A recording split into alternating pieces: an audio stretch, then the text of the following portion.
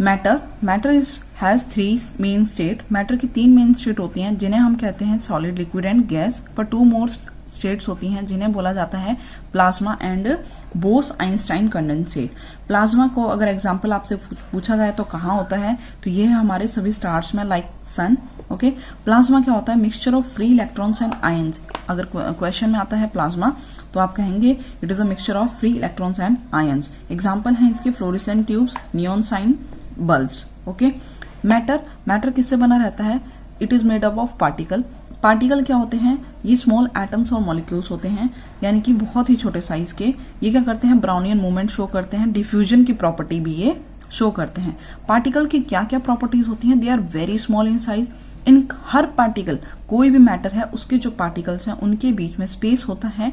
They are constantly moving, लगातार move करते रहते हैं, अट्रैक्ट ईच अदर, और उनके बीच में कुछ ना कुछ अट्रैक्शन फोर्स एग्जिस्ट करता है। ओके, टेम्परेचर, अगर टेम्परेचर की बात करें तो टेम्परेचर मेजर करने के लिए हमारे पास Kelvin, Fahrenheit and Celsius scale होती है। Celsius, degree Celsius temperature common scale है। केल्विन जो है वो एसआई स्केल है।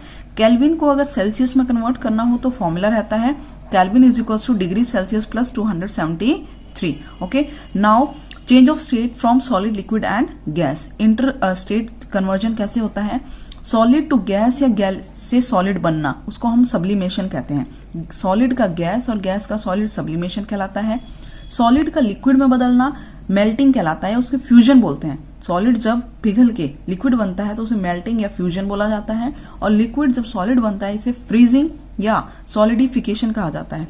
लिक्विड जब गैस बनता है तो इसे वेपराइजेशन कहते हैं, और गैस जब लिक्विड बनती है इसे कंडेंसेशन कहते हैं। ड्यूरिंग चेंज ऑफ स्टेट, जब स्टेट एक से दूसरे में बदलती है, like solid to liquid, liquid to gas बनती है, तो उस टाइम पे एक हीट एग्जिस्ट करती है जिसे कहते हैं लेटेंट हीट। ठीक है, लेटेंट हीट एग्जिस्ट करती है। लेटेंट होती है छुपी हुई एनर्जी है, छुपी हुई हीट। ठीक है, जो कि उस स्टेट को कन्वर्ट करने के लिए उस टाइम पे काम आ रही होती है। तो लेटेंट हीट फ्यूजन के लिए होती है और दूसरी होती है वेपराइजेशन के लिए। फ्यूजन, सॉलिड से जब लिक्विड बनता है तो लेटेंट और हीट ऑफ फ्यूजन कहा जाता है। जब लिक्विड गैस बन रहा होता है तो उसे लेटेंट हीट ऑफ वेपराइजेशन कहा जाता है। आइस के लिए लेटेंट हीट ऑफ फ्यूजन है 3.34 इंटू 10⁵ जूल पर केजी, और वाटर के लिए, जो वाटर गैस में यानी कि वेपर्स में बदलता है, उसके लिए लेटेंट हीट है 22.5 इंटू 10⁵ जूल पर केजी। सब्लिमेशन के एग्जाम्पल्स हैं। सब्लिमेशन क्या होता है? सब्लिमेशन क्या है? डायरेक्ट सॉलिड से गैस बनना। ठीक है, तो सब्लिमेशन के एग्जाम्पल कुछ चीजें जो डायरेक्ट सब्लिमेशन शो करती हैं, that are iodine, camphor, naphthalene, anthracene, ammonium chloride, dry ice.